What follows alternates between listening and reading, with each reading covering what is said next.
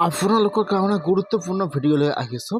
সেইটো ভিডিঅ' হ'ল আপোনালোকে কেনেকৈ LPG কালেকশ্যন ID নম্বৰটো নিজে মোবাইলৰ পৰা চেক কৰিব। যদি আপোনালোকৰ গেছৰ বৰ্ডটো হেৰুৱাই গৈছে বা আপোনালোকে গেছৰ ID নম্বৰটো নাজানে, এতিয়া কিন্তু আপোনালোকে একো চিন্তা কৰিব নালাগে। অতি সহজে আপোনালোকে গেছৰ LPG কালেকশ্যন ID নম্বৰটো জানিব পাৰিব। কেনেকৈ চেক কৰিব চাই লওক। এতিয়া আপোনালোকে ফাৰ্ষ্ট আপোনাৰ মোবাইলৰ যিকোনো এটা ব্ৰাউজাৰ ওপেন কৰি ল'ব। আপোনালোকে ইয়াত মাই LPG লিখি সাৰ্চ কৰি দিব। ইয়াত যিটো এক নম্বৰত লিংক আহি যাব mylpg.in home।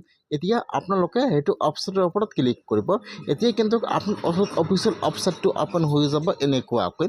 মই কিন্তু আপোনাৰ সুবিধাৰ কাৰণে অপশ্যনৰ লিংকটো মই ডেছক্ৰিপশ্যনত দি দিছোঁ। আপোনালোকে ডাইৰেক্ট ক্লিক কৰি ফাৰ্ষ্ট এইটো অপশ্যনত আহি যাব। অহাৰ পিছত আপোনালোকে অলপমান ৱেইট কৰিব। এতিয়া আপোনাৰ ওচৰত হোম পেজটো ওপেন হৈ যাব এনেকুৱাকৈ। এতিয়া আপোনালোকে ইয়াত চাব, ইয়াত ভাৰত গেছ দি আছে আৰু HP গেছ দি আছে আৰু ইয়াত ইণ্ডিয়ান গেছ দি আছে। এতিয়া যিটো আপোনালোকে গেছ লাভ কৰিছিল বা যিটো আপোনালোকৰ গেছৰ বৈছে, এতিয়া আপোনালোকে সেইটো গেছৰ ওপৰত ক্লিক কৰিব। মই দেখুৱাই দিম ইণ্ডিয়ান গেছৰ, যিটো মোৰ ইণ্ডিয়ান গেছৰ বৈটো আছে এইখনে। আপোনালোকে এতিয়া গেছৰ ওপৰত ক্লিক কৰিব। এতিয়া কিন্তু আপোনাৰ ওচৰত আৰু এটা হোম পেজ ওপেন হৈ যাব এনেকুৱাকৈ।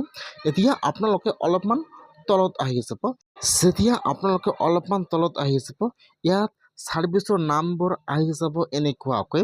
তাৰপিছত আপোনালোকে অলপমান তলত আহি যাব।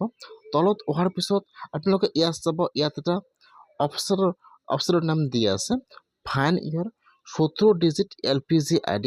এতিয়া আপোনালোকে সেইটো অপশ্যনৰ ওপৰত ক্লিক কৰিব। ফাইণ্ড 17 ডিজিট LPG ID ইয়াত চাব। এতিয়া আপোনালোকে সেইটো অপশ্যনৰ ওপৰত ক্লিক কৰিব। এতিয়া কিন্তু আপোনাৰ ওচৰত এটা নিউ পেজ ওপেন হৈ যাব এনেকুৱাকৈ।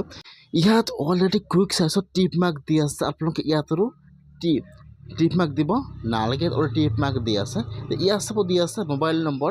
এতিয়া যিটো আপোনালোকৰ ৰেজিষ্টাৰ্ড মোবাইল নম্বৰ আছে বা আপোনালোকে যিটো মোবাইল নম্বৰ দি আপোনালোকৰ গেছৰ বৈটো বুক কৰে, আপোনালোকে ইয়াত আপোনাৰ ৰেজিষ্টাৰ্ড মোবাইল নম্বৰটো বহাই দিব লাগিব সেইটো বক্সত। ইয়াত চাব দি আছে মোবাইল নম্বৰ।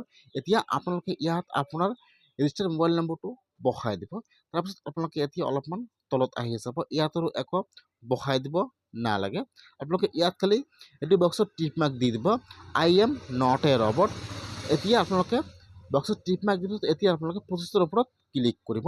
যেতিয়া আপোনালোকে প্ৰচেছৰ ওপৰত ক্লিক কৰিব, এতিয়া কিন্তু আপোনাৰ ফোন নম্বৰত এটা OTP আহি যাব, 4 ডিজিট OTP। এতিয়া ইয়াত চাব দি আছে ইণ্টাৰ OTP। এতিয়া আপোনালোকে ইয়াত OTPটো বহাই দিব। যি OTP আহিছে 4 ডিজিট, ইয়াত আপোনালোকে OTPটো বহাই দিব। OTPটো বহাই পিছত এতিয়া আপোনালোকে ভেৰিফাইৰ ওপৰত ক্লিক কৰিব। যেতিয়া আপোনালোকে OTPটো বহাই দি ভেৰিফাইৰ ওপৰত ক্লিক কৰিব, এতিয়া কিন্তু আপোনাৰ ওচৰত আপোনাৰ LPG কালেকশ্যন ID নম্বৰটো শ্ব' কৰিব। ইয়াত চাব এতিয়া আপোনাৰ ওচৰত LPG কালেকশ্যন নম্বৰটো ইয়াত শ্ব' কৰিব এনেকুৱাকৈ। এতিয়া আপোনালোকৰ এইটো হৈছে LPG কালেকশ্যন ID নম্বৰটো।